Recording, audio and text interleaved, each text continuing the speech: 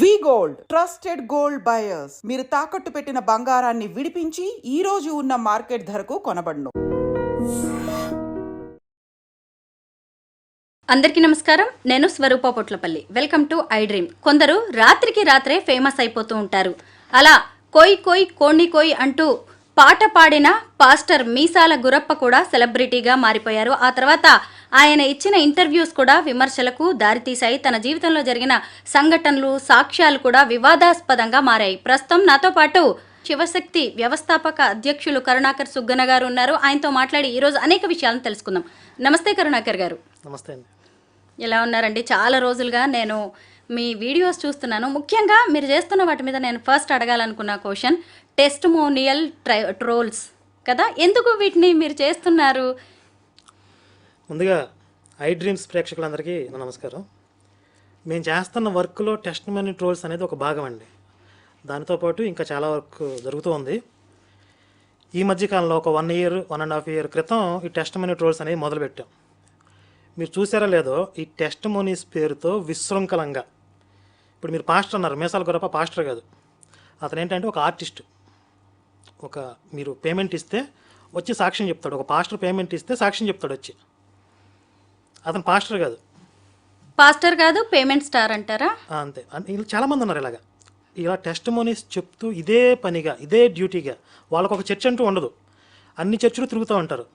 ఆ church pastor పిలుస్తాడు వాళ్ళని. 1 రోజు 2 రోజులు వీళ్ళు కూటములు పెడతారు కదా, ఆ కూటముల్లో వీళ్ళతో సాక్ష్యం చెప్పిస్తారు. ఈ సాక్ష్యం చెప్పమని వీళ్ళకి మైక్ ఇచ్చిన తర్వాత వీళ్ళకి నోరు అదుపులో ఉండదు. జరిగినవి జరగనివి అన్నీ కళ్ళబొల్లి కథలన్నీ కలిపి మొత్తం కొట్టేస్తారు, రొట్టగొట్టుడు. ఇలా విశృంఖలంగా అబద్ధాలతో ఆ సాధారణ క్రైస్తవుల్ని, సాధారణ హిందువుల్ని మోసం చేసి బొట్టలో వేసుకోవడానికి. సరే, అంతవరకు అయితే పర్వాలేదు. మళ్ళీ అందులోనే దైవ దూషణ.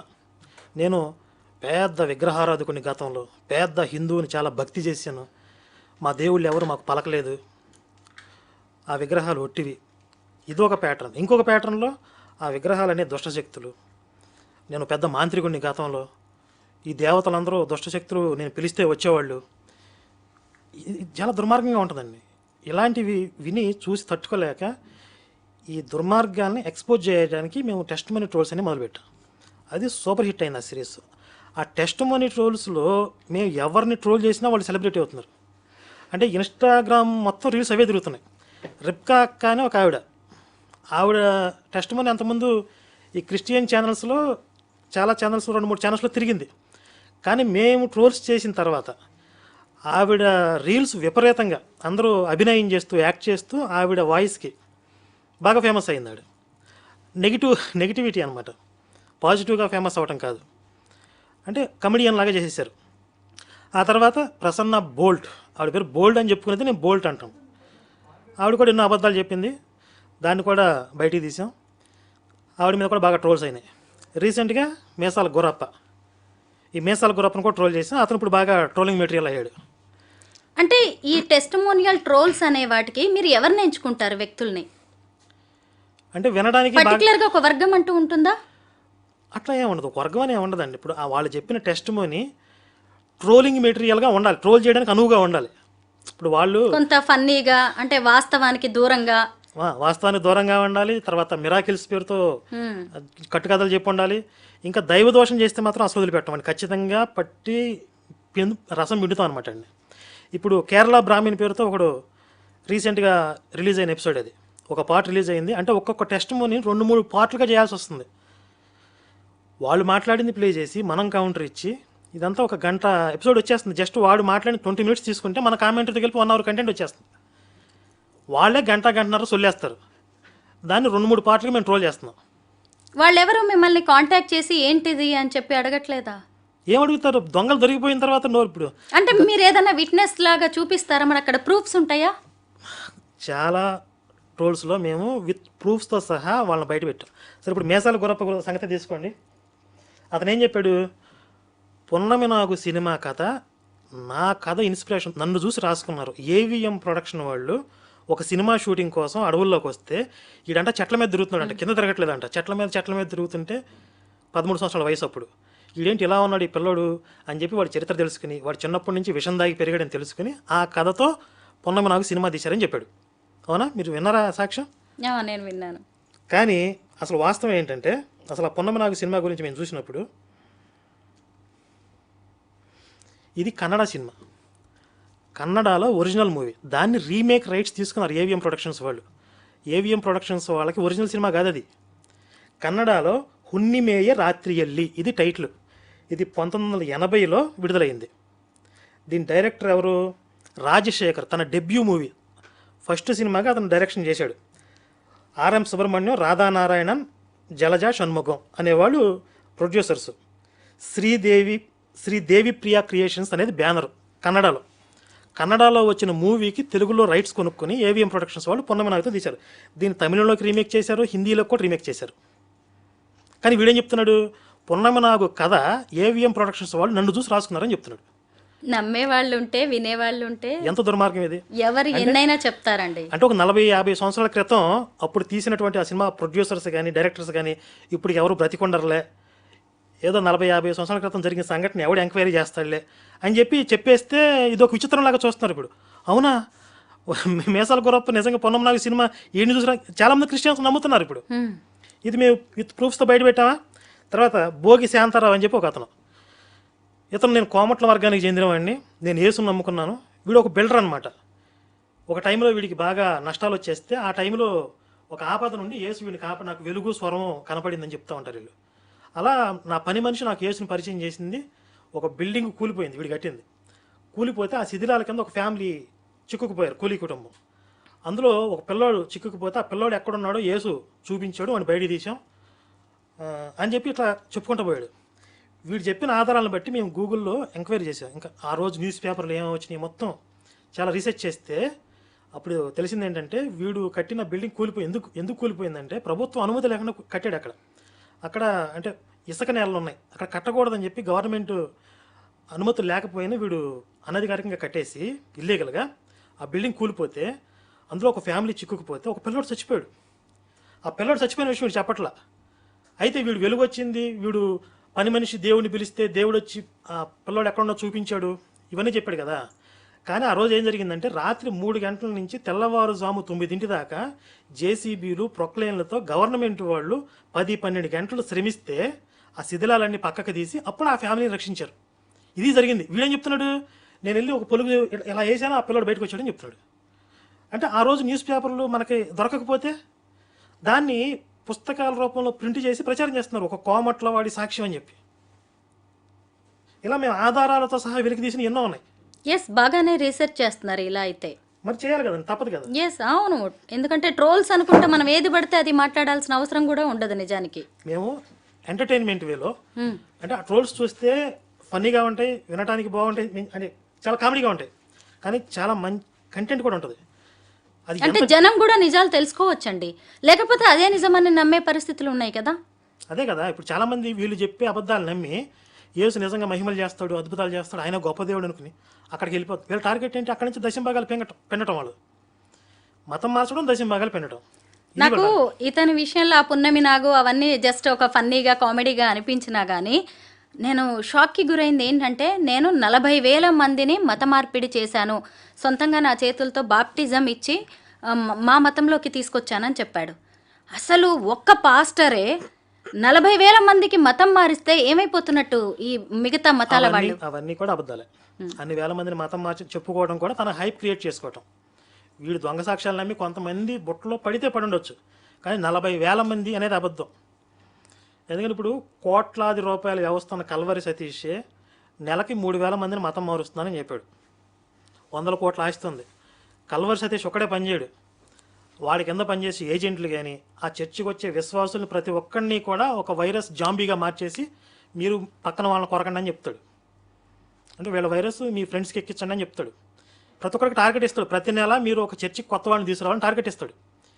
ఇలా వాళ్ళని బ్రెయిన్ వాష్ చేసి పంపిస్తుంటే నెలకు 3,000 మందిని మతం మారుస్తున్నాడు.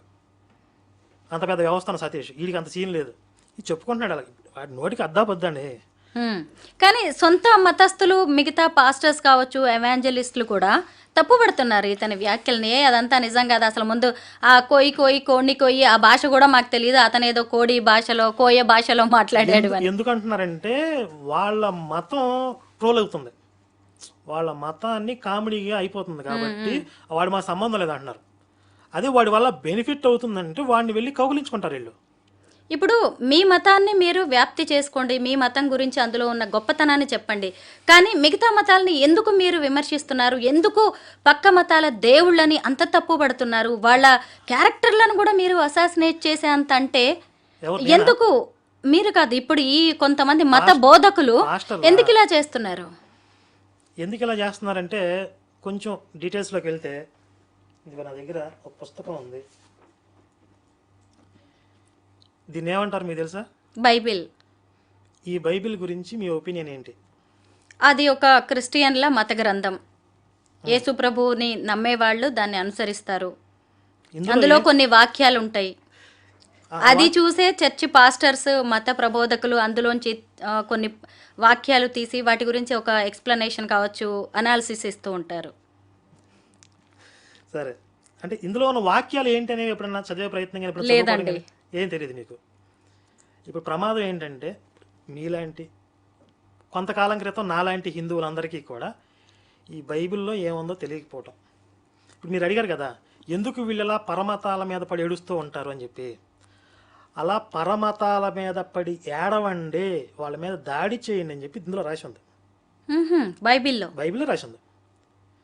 ఇతర మతాల దేవతా విగ్రహాలని ధ్వంసం చేయండి, ఇతర మతాల దేవతా విగ్రహాలు దెయ్యాలు, విగ్రహారాధన చేస్తే వ్యభిచారం చేసినట్టు, ఇవన్నీ దీంట్లో రాసి ఉన్నాయి. పక్క మతం గురించి మన భగవద్గీతలో ఏముంది? ఇది ఇందులో ఇక్కడ భగవద్గీత కూడా ఉంది. భగవద్గీతలో ఏముందో మీరు చెప్తారా? లేదండి. అంటే స్థూలంగా మొత్తం అంతా డీటెయిల్ కాకపోయినా కొంచెం శ్రీకృష్ణ పరమాత్మ అర్జునుడికి చేసిన గీతోపదేశం. భగవద్గీతలో శ్రీకృష్ణుడు పరమతాల గురించి ఏం చెప్పాడు? అసలు పరమతం అనే భావన లేదు, వేరే మతాలు లేవు కదా. అవునండి. భగవద్గీత చెప్పే టైంకి భూమి మీద వేరే మతాలు లేవు, అందుకే వేరే మతాల గురించి లేదు. కానీ బైబిల్ అసలు ప్రస్తావనే ఉండదు అలాగా. బైబిల్ రాసుకునే టైంకి ఆల్రెడీ చాలా మతాలు ఉన్నాయి, అంటే ఇది మధ్యలో వచ్చింది కాబట్టి వేరే మతాల గురించి రాశారు. వేరే మతాల వాళ్ళు వేరే దేవతలు పెట్టుకున్నారు, మీరు ఆ దేవతల వైపుకి వెళ్ళొద్దు, వాళ్ళని చంపండి, ఆ దేవతా విగ్రహాలు లేకుండా చేయండి, ఇది అంతా కూడా ద్వేషాన్ని నింపుతుంది. అదే భగవద్గీతలో అన్య దేవతలు అన్నాడు, నేను కాకుండా వేరే దేవతలు అన్నాడు. ఆయన పరమాత్మ స్థాయిలో ఉండి మాట్లాడుతున్నాడు. అంటే మనకి పంచభూతాల దగ్గర నుండి ముక్కోటి దేవతలు, ఎంతోమంది దేవతలు, వీళ్ళందరినీ అన్య దేవతలను సంబోధిస్తూ ఎవరైనా సరే ఏదైనా దేవతని ఆరాధించాలనుకున్నప్పుడు ఆ దేవత యందు శ్రద్ధ నిలబడే విధంగా నేనే చేస్తానన్నాడు. వాడిని చంపేస్తానల్లా, ఆ దేవతల్ని పూజించడం మహాపాపం, నేను నరకాన్ని పంపిస్తానల్లా. ఏ దేవతల్ని ఆరాధించే వాళ్ళు ఆయా లోకాలు పొందుతారు అన్నాడు. మనకి ఎన్నో లోకాలు ఉన్నాయి, వీళ్ళకున్నది రెండే. అలాగే ఎవరైనా సరే ఒక కోరికతో ఒక దేవతను ఆరాధించినప్పుడు ఆ దేవత ద్వారా అతని యొక్క కామ్యాలను నేను నెరవేరుస్తానన్నాడు. ఇది భగవద్గీతలో శ్రీకృష్ణుడు చెప్పాడు. కానీ ఇందులో ఏం రాసి ఉందనే విషయం కూడా మనకి హిందువులకు తెలియదు. ఇది కూడా గొప్ప దైవ గ్రంథం, ఇది కూడా మంచిగా చెప్తుందని అనుకుంటారు. నా స్టేట్మెంట్ ఏంటంటే ప్రపంచానికి, మానవ జాతికి ఈ బైబిల్ చేసిన ద్రోహం, ఈ మత గ్రంథం చేసినంత రక్తపాతం ఇంకేదీ చేయలేదు. ప్రతి రక్తపాతం వెనకాల బైబిల్ ఉంటుంది. దీని నుంచే ఉగ్రవాదం అనేది వచ్చింది. మొట్టమొదట ఉగ్రవాదాన్ని తయారు చేసింది మోషే. ఇతను ఫస్ట్ ఈ బుక్లో మొదటి 5 పుస్తకాలు రాశాడు. ఇతర మతాల గురించి దారుణంగా మాట్లాడుతూ ఆ మతాలను లేకుండా చేయాలనే భావన మోషే ఐడియాలజీ. మోషే ఇస్లాంలో కూడా ఒక ప్రవక్త, మూసా అంటారు. దీనిలో 2 భాగాలు ఉంటాయి, పాత నిబంధన, కొత్త నిబంధన. ఈ పాత నిబంధనని కొంచెం అట్లా మార్చేసి ఖురాన్ రాసుకున్నారు. ఇప్పుడు చెప్పండి, ఉగ్రవాదం ఎక్కడి నుంచి వచ్చింది చెప్పండి? ఇప్పుడు మనం కూడా దాన్ని ఒక మంచి పాపులర్ వర్డ్గా వాడుతున్నాం కదా, హిందూ ఉగ్రవాదం అని చెప్పి. నేను హిందూ ఉగ్రవాదిని అని కూడా కొంతమంది చెప్పుకుంటున్నారుగా. అవసరమా మనకది? అంటే మన వాళ్ళు క్లైమ్ చేసుకుంటున్నారా నేను హిందూ ఉగ్రవాదని? ఉగ్రవాదం అంటే ఇప్పుడు మన మీద జరుగుతున్న దాడికి మనం డిఫెన్స్ చేసుకోవడం కాదు. వాడి మానాన్ని వాడు బ్రతుకుతున్నా కూడా మనం వెళ్ళి వాడి మీద పడి దాడి చేసి వాడిని చంపాలని చూస్తే అప్పుడు అది ఉగ్రవాదం. అంటే కొంతమంది తెలియక అత్యుత్సాహంతో అలా క్లైమ్ చేసుకోవచ్చు, కానీ అంటే ఈ దాడిని ఎదుర్కొంటూ పనిచేస్తున్న వాళ్ళు పోరాట యోధులు నా దృష్టిలో, ఆర్మీ. ఇప్పుడు కొంతమంది అంటూ ఉంటారు, అంటే నెగిటివ్గా మాట్లాడేవాళ్ళు, కొంతమంది ఈ హిందూ సంస్థలు అనవసరంగా హిందువుల్ని రెచ్చగొడుతున్నాయి, ఈ దేశంలో మెజారిటీ ఎవరు? మెజారిటీ 80% హిందువులు ఉన్నారు కదా. మరి తక్కువ సంఖ్యలో ఉన్న ఇతర మతాల వల్ల మీ మతానికి వచ్చిన ప్రమాదం ఏంటి? 80% ఉన్న హిందువుల్ని అఫీషియల్గా 80%, అనధికారికంగా 80% లేదా 65%, 70% ఉన్నారు. పోనీ 70% ఉన్న హిందువులకి 20-30% ఉన్న వేరే మతాల వల్ల ఎలా ప్రమాదం జరుగుతుంది? కరుణాకర్ గారు, పరమతంలో జరుగుతున్న వాటి గురించి మీరు టెస్టిమోనియల్ ట్రోల్స్ చేస్తున్నారు. మరి మన మతంలో కూడా కొన్ని జరుగుతున్నాయి కదా. ఈ మధ్య కాలంలో నాగరాణి, నాగకన్య, నేను గత జన్మ గుర్తొస్తుందని ఒక ఆమె, సౌందర్య పూనకాలు అమ్మవారు గుర్తొస్తున్నారు అనుకుంటూ ఇంకొక అతనైతే శివభక్తుడు ఒక ఆమె, నేనేం చేసినా కానీ అది నిజమవుతుంది, ఎవరికి ఎలాంటి హెల్త్ ప్రాబ్లం వచ్చినా నేను దాన్ని నయం చేస్తానని, ఇంకొంతమంది అయితే సంతానం కావాలా నా దగ్గరికి రండి, ఇది తీసుకోండి అది తీసుకోండి అంటూ కూడా కొంతమంది ఇలాంటివి లేనిపోని, అవి నిజాలు కాదని మీకు తెలుసు, నాకు తెలుసు. దీని మీద మరి ఎలాంటి ట్రోల్స్ చేయాలి?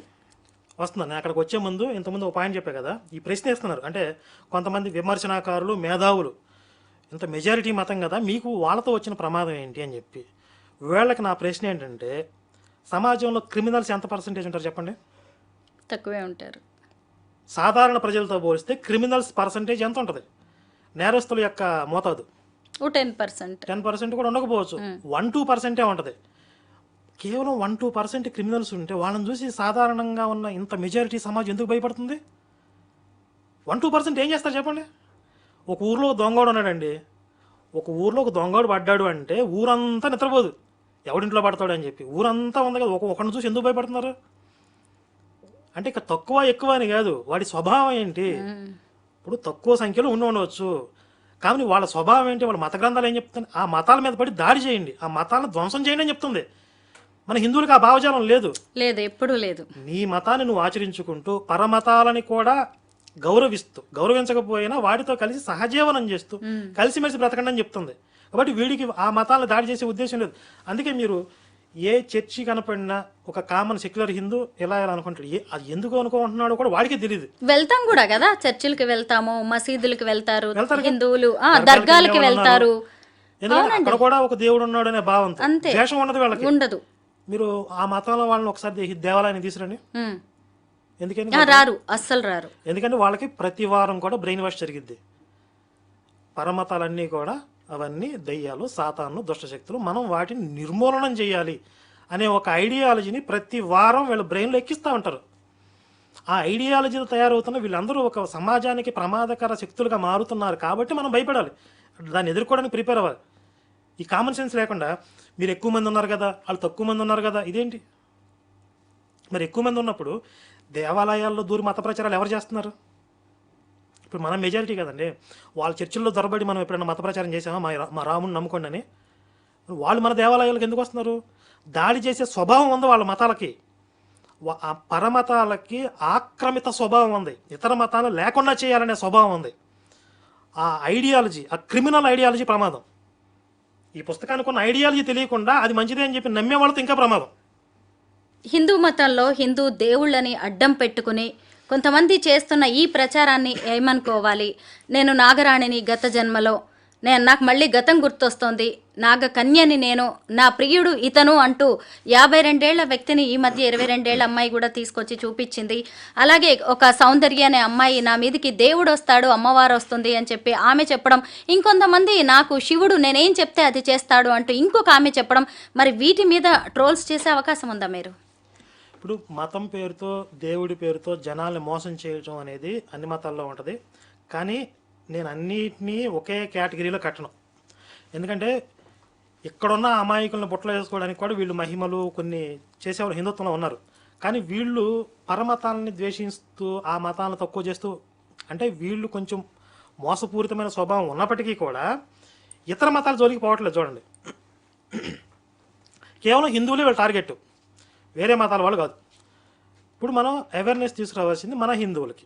అంటే దైవత్వం అంటే ఏంటి, ఆధ్యాత్మికత అంటే ఏంటి, ఇవి తెలియకపోవటం వల్ల ఆధ్యాత్మిక పేదరికం అంటాను నేను. అంటే ఆధ్యాత్మిక తగినంత లేకపోవటం, ఆ పేదరికం వల్ల అసలైన దైవత్వం తెలుసుకోలేకపోతుంది. అలాంటి స్థితిలో ఉన్న వాళ్ళని కొంతమంది ట్రాప్ చేస్తారు.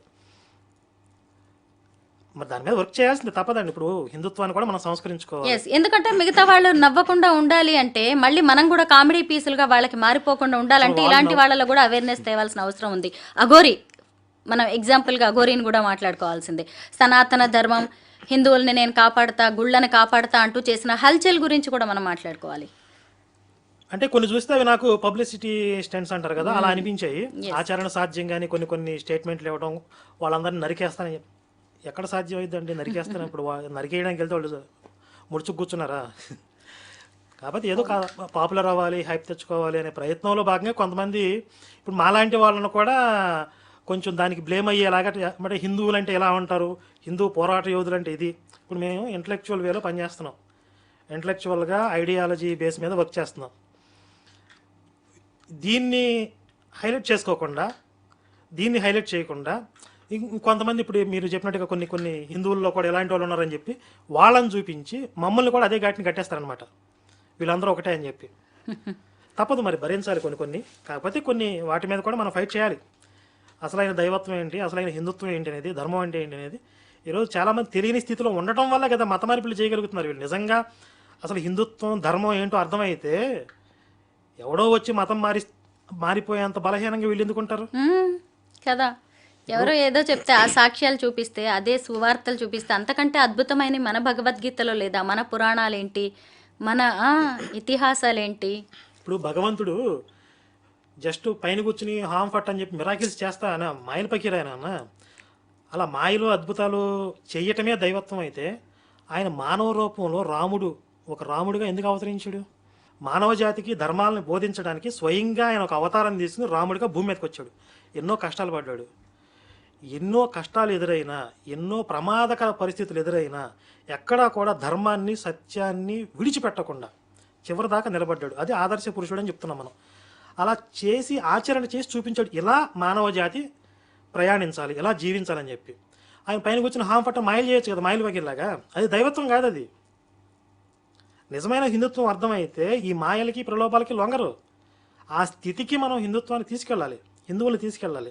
కాకపోతే ఇప్పుడు మన పరిధిలో మనం చేయగలుగుతాం తప్ప, విస్తారంగా ఉంది సమాజం, అందులో మనం ఏదో ఒక మూల పని చేయగలుగుతున్నాం తప్ప మొత్తం సమాజం అంతా భగవంతుడే అందరినీ మార్చలేకపోయాడు. భగవంతుడి అవతారాలు తీసుకున్నా కూడా ఆయన కూడా నమ్మలేదు. మనం ఎంత చెప్పండి. కరుణాకర్ గారు, మీరు శివశక్తి సంస్థని ఎందుకు స్థాపించారు? దీని లక్ష్యాలేంటి, ఉద్దేశాలేంటి? సింగిల్ లైన్లో చెప్పాలంటే క్రైస్తవ మాఫియా అంతం, శివశక్తి పంతం. మీ tag line. Single line sentence. రోజు దీని మీదే వర్క్ చేస్తూ ఉంటారా, లేదంటే వేరే జాబ్ బిజినెస్ చేసుకుంటూ దీనికోసం పనిచేస్తారా మీరు? ఇప్పటి నుంచి కూడా నాకు మిగిలిన వయసు ఒక 30-40 సంవత్సరాలు అనుకుంటే, ఈ 40 సంవత్సరాలు 50 సంవత్సరాలలో రోజువారీ కౌంట్ చేసుకున్నా కూడా నేను చేయాల్సిన పని ఇంకెంతో మిగిలిపోయేలా ఉంది. మళ్ళీ ఇదంతా వదిలేసి ఇంకొక వర్క్ చేస్తూ రాత్రిపూట రిక్షా బండి లాగి పొద్దున్నే వచ్చి దీని మీద పని చేసి అంత టైం లేదండి ఇక్కడ. ఇప్పుడు నేను ఒక రోజు వర్క్ చేస్తే ఒక ఫ్యామిలీ సేవ్ అయ్యిద్ది. వాళ్ళ వల్ల పడకుండా, అంటే హిందువులు మతం మారిపోకుండా అవగాహన తెచ్చుకునే వాళ్ళు కూడా రక్షించబడినట్లే. అవి కాకుండా గర్వాప్సీ చేస్తున్నాం, వెళ్ళిన వాళ్ళని వెనక్కి తీసుకొస్తాం. ఒక ఫ్యామిలీ సేవ్ అవుతుంది ఒక రోజు పనికి. అలాంటిది ఇప్పుడు నా పర్సనల్గా ఈరోజు నేను ఏదో ఒక 100-1000 సంపాదించుకుందామని బయటకు వెళ్తే ఒక ఫ్యామిలీ పోతుంది ఇక్కడ. అక్కడ అంత టైం లేదు నాకు. ఇది తప్ప ఇంకో పని చేసేంత టైం లేదు. ఇంకా చెప్పాలంటే నాతో పాటు ఇంకెంతో మంది పని చేయాల్సిన అవసరం ఉంది. ఇంకా వేల మంది పని చేయాల్సినంత అవసరం. అంటే ఎలా అవేర్నెస్ కల్పిస్తూ ఉంటారు మీరు శివశక్తి ద్వారా? షార్ట్ ఫిల్మ్స్ తీసాం, పుస్తకాలు రాసాం. ఈ షార్ట్ ఫిల్మ్స్ ఓన్లీ యూట్యూబ్ ఛానల్స్లో కాకుండా గ్రామాల్లో కూడా, విలేజెస్లో కూడా మన కార్యకర్తలు తెరలు కట్టి అక్కడ ప్రొజెక్టుల ద్వారా ప్లే చేస్తున్నారు. ఒక విలేజ్ మొత్తం కూర్చొని సినిమాలు చూస్తారు, అర్థం చేసుకుంటారు. తర్వాత పుస్తకాలు 1,50,000 మొత్తం డిస్ట్రిబ్యూట్ చేసాం. ఇంకా గోడ పత్రికలు కానివ్వండి, మనం అలాగే టెస్ట్ మనీ టోల్స్, వీడియో సిరీస్లు, కౌంటర్లు. ఎవరైనా పాస్టర్లు హిందుత్వానికి అగ్నెస్ట్గా మాట్లాడితే, ధర్మం గురించి దోషణగా మాట్లాడితే వాళ్ళకి కౌంటర్లు ఇస్తాం. మా పరిధిలో చేస్తున్నామండి సాధ్యమైనంత వరకు. ఇలా మాతో పాటు ఇంకా ఎంతోమంది రావాలని కోరుకుంటున్నాం. ఎందుకంటే ఇంతకుముందు చెప్పిన సమాజం విస్తారంగా ఉంది, అన్ని చోట్లకి మేము రీచ్ అవ్వలేకపోవచ్చు. ప్రతి గ్రామంలో కూడా ఒక ధర్మ ప్రచారకుడు ఉండాలి. ఎందుకంటే ఒక ఊరిలో సరైన గుడి ఉండట్లే, 3 చర్చిలు మాత్రం ఉంటున్నాయి. ఎందుకంటే ఎక్కువగా విలేజర్స్నే టార్గెట్ చేసి మత మార్పిళ్ళు అనేవి చేస్తూ ఉన్నారు ఎక్కువగా. అది ఒక ఇన్కమ్ సోర్స్ అయిపోయిందండి. ఇప్పుడు మీరు ఒక చర్చి పెట్టుకుని 10 మందిని మతం మారిస్తే మీరు బిందాసుగా బతికేయచ్చు. ఎవరిని వేరే పని చేసుకోవాల్సినంత అవసరం లేదు. ఆ 10 మంది నెల నెలా మీకు ఇచ్చే దశంభాగాలు, వారం వారం ఇచ్చే కానుకలు, వాళ్ళ ఇంట్లో పెళ్లి జరిగినా పుట్టినరోజు జరిగినా మిమ్మల్ని పిలుస్తారు. వాళ్ళ ఇంట్లో చావు జరిగినా మీరు అక్కడికి వెళ్ళి ప్రేయర్ చేయాలి, దానికి డబ్బులు ఇస్తారు. వాళ్ళ ఇంట్లో కోడి గుడ్డు పెడితే గుడ్లు పెడతారు, మీకు కూరగాయలు వస్తే కూరగాయలు ఇస్తారు. అంటే గ్రామాల్లో అయితే పంట పడితే ధాన్యం బస్తాలు ఇస్తారు. ఇవి కాకుండా వాళ్ళకి స్పెషల్ ఏదన్నా అవసరం అయితే ప్రార్థన అవసరాలు అంటారు, ప్రార్థన అవసరాల కోసం నెత్తి మీద ప్రేయర్ చేస్తే ఆ రోజు ఒక మినిమం 500 కాగితం చేస్తున్నారు. ఇప్పుడు ఇంతకుముందు అంటే 100, ఇప్పుడు 100కి వాల్యూ లేదు, మినిమం 500. ఒక 10 మందిని 20 మందిని మతం మార్చండి, ఎన్ని రకాల సంపాదన ఉంటుందో తెలుసా మీకు చర్చిలో? ఒక సాఫ్ట్వేర్ ఇంజనీర్ కంటే ఒక 10 మంది 20 మందిని మతం మార్చిన పాస్టర్ సంపాదన ఎక్కువ ఉంటుంది. ఎక్కడి నుంచి వస్తాయి వాళ్ళకి అదంతా? ఇదే విశ్వాసం నుంచి చెప్తాను, ఇన్ని రకాల ఇన్కమ్ సోర్సెస్ ఉంటాయి. ఆ కుటుంబాల నుంచి అంత ఆదాయం ఉంటుంది. మరి 10 ఏళ్ళకి చర్చిలు ఎందుకు పెడుతున్నారు అనుకున్నారు? అందరూ ఒకటే దేవుని ప్రకటిస్తున్నారు. వాళ్ళు అందరూ చెప్పేది అదే సువార్త, అందరూ చెప్పేది అదే యేసు గురించి. పైగా పాడిందే పాడరా పాసిపడదాని ఎప్పుడు అదే సువార్త, మా యేసుని నమ్ముకోండి మీకోసం రక్తంగా, ఇదే కదా. మరి అన్ని చర్చిలు ఎందుకు పెడుతున్నారు? పోటాపోటీగా చర్చి మీద చర్చి పెట్టి మైకిల మీద మైకిలు ఎందుకు పెడుతున్నారు? ఇంతకుముందు ఆదివారం చర్చిలు పెట్టేవాళ్ళు. ఇప్పుడు వీడు ఆదివారం పెడుతున్నాడు అని చెప్పి వీడు శనివారం మొదలు పెట్టాడు, వీడు శనివారం పెడుతున్నాడు, శుక్రవారం మొదలు పెట్టాడు, వీడు శుక్రవారం చెప్పి ఒక వారం అంతా పెడుతున్నాడు. ఒక చుట్టుపక్కల పిల్లల మధ్యలో చర్చి పెట్టి చుట్టుపక్కల ఎవరికి ప్రశాంతం లేకుండా చేస్తున్నారు. పిల్లలు చదువుకోవడానికి లేదు, గుండె జబ్బులు ఉన్న వాళ్ళు, పెద్దవాళ్ళు ఉంటారు, ముసలు ఉంటారు, షుగర్ పేషెంట్ ఉంటారు, నిద్ర లేకుండా చేస్తున్నారు. ఎంత నరకం అనుభవిస్తున్నారు నాకు తెలుసు గ్రామాల్లో ఈ చర్చిల వల్ల. మొత్తం ఒక రణరంగం అయిపోయింది. విలేజెస్లోకి వెళ్తే మీరు ఒక ఆదివారం వెళ్తే ఇక ఒక శ్మశానంలో నుంచి నక్కలు ఓళ్ళు వినపడతాయి చూడండి, ఊ అంట అలా వినపడతాయి. కరుణాకర్ గారు, ఇప్పుడు ఉత్తరప్రదేశ్లోని ప్రయాగ్రాజ్లో మహాకుంభమేళా జరుగుతోంది. అసలు అది మనకి హిందువులకి ఎంతో పవిత్రమైంది. దాని మీద కూడా కొన్ని విమర్శలు వస్తున్నాయి. ఏంటి, చేయాల్సిన పాపాలన్నీ చేసేసి వెళ్ళిపోయి పుష్కరాల్లో అలాగే కుంభమేళాల్లో నదుల్లో మునిగితే పాపాలు పోతాయా, మళ్ళీ వెనక్కి తిరిగి వచ్చి మీ పాపాలు మీరు చేస్తారా అనే వాళ్ళు కూడా ఉన్నారు. మీరేమంటారు దీని మీద? అలా ఎవరు చెప్పలేదండి. ఎవరు చెప్పారు అలాగా? మీరు ఇష్టం వచ్చిన పాపాలు విమర్శించే వాళ్ళు ఉన్నారు. అలాగా అలా ఎవరు చెప్పారు? అసలు వాళ్ళు విమర్శించాలని మీరు అలా చెప్తున్నారని చెప్పాలి కదా. మన ధర్మ ప్రచారకులు ఎవరన్నా మీరు ఇష్టం వచ్చినట్టు పాపాలు చేయండి, నదుల్లో మునిగి, వీళ్ళు అన్యమతస్తులు కావచ్చు, వేరే వాళ్ళు చేసే కామెంట్స్ విమర్శలు చూడండి. అక్కడ మనం తెలుసో తెలియకో మన కర్మల వల్ల మన మాటల వల్ల వేరే మనుషులే కాదు వేరే జీవులు కూడా కొన్ని చనిపోయి ఉండొచ్చు, బాధపడి ఉండొచ్చు, మన వల్ల కొంత హింస జరిగి ఉండొచ్చు లోకంలో, మనకు తెలియకుండా, మన స్పృహలో లేకుండా. ఆ దోషం కూడా మనకి ఎంతో కొంత అంటుతుంది. కాబట్టి అలాంటి పాపాలు అలాంటి దోషాలు పోతాయని తప్ప తెలిసి స్పృహతో విచక్షణతో చేసిన ప్రతి కర్మ మనం అనుభవిస్తేనే పోతుంది. ఇది హిందుత్వం చెప్తుంది. అది భగవద్గీతలో శ్రీకృష్ణుడు చెప్పింది ఏంటి? కర్తవ్య కర్మ చేయాలి, అప్పుడు కర్మ మీకు అంటదని చెప్తాడు. ఈ కర్మ నేను చేస్తున్నాను నేను అనే భావనతో చేస్తే ఖచ్చితంగా దాని ఫలితం మనకు అంటుతుంది. అది పుణ్యమైనా పాపమైనా. పుణ్యం మన అకౌంట్లో పడింది అనుకోండి, ఒక సంతోషాన్నో ఏదో అనుభవించాలి, ఒక సుఖాన్ని సంతోషాన్ని మనం అనుభవిస్తే ఆ పుణ్యం కరిగిద్ది. పాపం చేసాం, దుఃఖం అనుభవిస్తే ఆ పాపం పోద్ది, వాటిని అనుభవించకుండా పోదు. ముక్తి కావాలి అంటే కర్మ అంటకూడదు, పాపమైనా పుణ్యమైనా మన అకౌంట్లో పడకూడదు. అది కర్తవ్య బుద్ధితో చేస్తే అప్పుడు మీకు మీ అకౌంట్లో పడవని చెప్పాడు శ్రీకృష్ణుడు. సనాతన ధర్మాన్ని టార్గెట్ చేస్తూ ఎందుకు ఇలాగా మత మార్పిళ్ళు కావచ్చు, లేదంటే ఒక వర్గం వారు ఇంత పని చేస్తున్నారంటారు? అన్నీ అందులో స్వలాభం ఉంటుందండి, వాళ్ళ స్వలాభం ఉంటుంది. లేదా కొంతమంది నిజంగానే అదొక రక్షణ మార్గం, ఆయనే నిజమైన దేవుడు అని అనుకోవచ్చు, వాళ్ళు భ్రమపడవచ్చు. ఇంతమంది ముక్కోటి దేవుళ్ళు ఉండగా హిందువులకి మళ్ళీ కొత్త దేవుడి వైపు ఎందుకు చూడాల్సిన పరిస్థితులు వచ్చాయి? మనకి ముక్కోటి దేవుళ్ళు లేరండి, ముక్కోటి దేవతలు ఉన్నారు, దేవుడు ఒక్కడే ఉన్నాడు. దేవతలు వేరు, దేవుడు ఈశ్వరుడు, ఈశ్వర పరబ్రహ్మం ఒక్కడే. ముక్కోటి దేవతలు అంటారు. అంటే దీని మీద చాలామంది కన్ఫ్యూజన్ ఉంటుంది. చాలా సందర్భాల్లో చెప్పాను.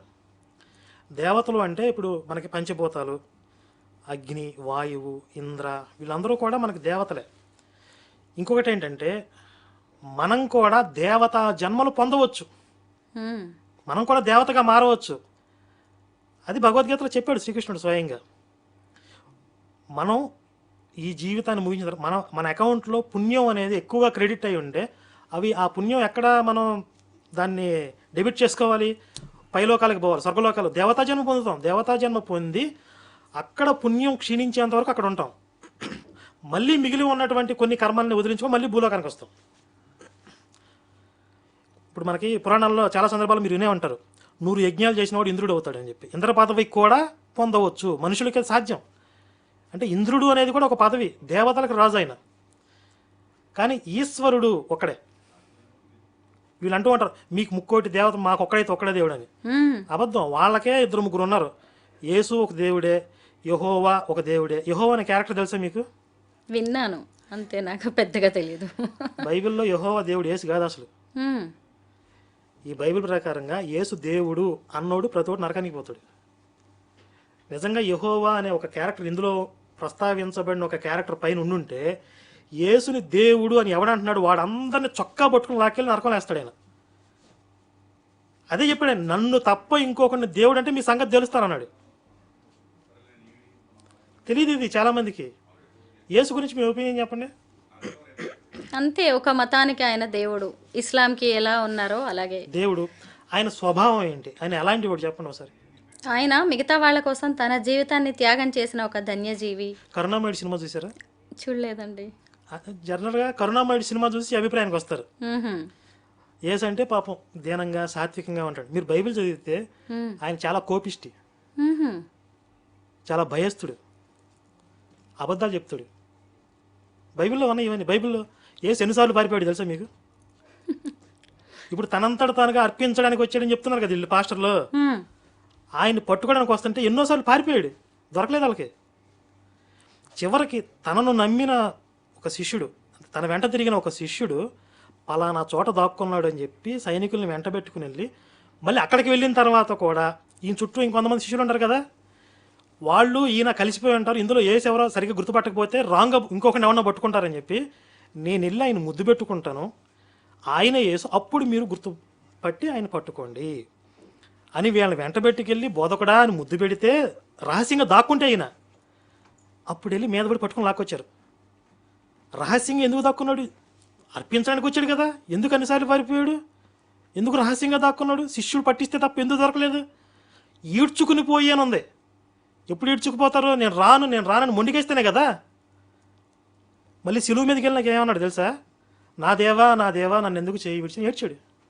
ఫైనల్గా హిందూ ధర్మ పరిరక్షణ కోసం ఏం చేయాలంటారు? ధర్మ పరిరక్షణ అనేది అంటే ఇలాగే చేయాలి, ఇదే చేయాలి అని నిర్దేశించడం కుదరదండి. అనేక మార్గాల్లో ఇప్పుడు గోరక్షణ కూడా ధర్మ పరిరక్షణ అవుతుంది. దేవాలయాలను రక్షించుకోవాలి, హిందువులకి అవేర్నెస్ తీసుకురావాలి, సాహిత్యం మీద దాడి జరుగుతుంది, దాన్ని ఖండించాలి అంటే ఇంటలెక్చువల్గా. అలాగే రాజకీయాల్లో, పాలిటిక్స్లో కూడా హిందూ ఏకీకరణ జరగాలి, హిందూ ఓటు బ్యాంక్ నిర్మాణం జరగాలి. ఇవన్నీ ఎన్నో కేటగిరీలు ఉన్నాయి. ఇవన్నీ కలిస్తేనే ధర్మ పరిరక్షణ అవుతుంది. అందులో మేము ఎంచుకున్న కొన్ని మార్గాలు ఈ మత మార్పిళ్ళ మీద అవగాహన, బైబిల్ మీద, అంటే క్రైస్తవం పేరుతో విచ్చలవిడిగా ఇబ్బడి ముబ్బడిగా వేల మంది లక్షల మంది వాళ్ళ మీద పడి ప్రచారం చేస్తున్నారు కాబట్టి, హిందుత్వాన్ని దూషిస్తున్నారు కాబట్టి ఇది అత్యంత ప్రమాదకరమైన విషయం ఈరోజు సమాజంలో. దీని మీద ఎక్కువ పనిచేస్తున్నాం. మేము ఎంచుకున్న మార్గం ఇది. అలాగే ఎవరు ఎంచుకున్న మార్గంలో ఎవరికి ఇష్టమైన మార్గంలో పనిచేస్తూ ఉంటారు. మేము చేసిందే కరెక్ట్, మిగిలిన వాళ్ళు అట్లా చేయకూడదు అనకూడదు కదా. అందరూ అన్ని విధాలుగా కలిసి చేస్తేనే ఎంతో కొంత మన పూర్వీకులు వాళ్ళ త్యాగాల ద్వారా ఉత్తిన రాలేదు మనకి ఈరోజు ధర్మం. ఈరోజు మనం ఒక దేవాలయాలు మిగిలి ఉన్నాయి, మనం వెళ్ళి దేవతామూర్తులను దర్శనం చేసుకుని బొట్టు పెట్టుకుని నమస్కారం చేసుకోగలుగుతున్నాం. వాళ్ళు ఇచ్చినటువంటి ఆ శాస్త్రాలు మనం అధ్యయనం చేసుకోగలుగుతున్నాం. ఆ పూజ ఆరాధన పద్ధతుల్లో మనం చేసుకోగలుగుతున్నాం అంటే ఉత్తినే రాలేదు. ఎంతోమంది బలిదానాలు చేసి వీళ్ళు మీదబడి దాడులు చేస్తున్నా వాళ్ళకి ఎదురు నిలబడి యుద్ధాలు చేసి వాళ్ళు బలయ్యి దేవాలయాలు నిలబెడితే వాళ్ళ రక్తంతో తడిచిన నేల మీద నుంచి నడుచుకుంటూ వెళ్ళి మనం దేవాలయ దర్శనం చేసుకుంటున్నాం. దాన్ని నిలబెట్టుకోవాల్సిన బాధ్యత మన అందరి మీద ఉంది ఖచ్చితంగా. వాళ్ళు మన ఎన్నో త్యాగాలతో మనకి ఎలా అప్పగించారో మనం మన భవిష్యత్ తరాలకి వీటిని అందించలేకపోతే మనల్ని ద్రోహులుగా గుర్తిస్తుంది సమాజం. చరిత్రలో ద్రోహులుగా మిగిలిపోకూడదంటే ఈరోజు మనం అనుభవిస్తున్నటువంటి ఈ ధర్మాన్ని, సాంస్కృతిక వైభవాన్ని భవిష్యత్ తరాలకు అందించాలి. నా చిన్ని బొజ్జగా శ్రీరామ రక్షణ హిందువులు చాలామంది ఉన్నారు. నేను తిన్నానా పడుకున్నానా తెల్లారిందని.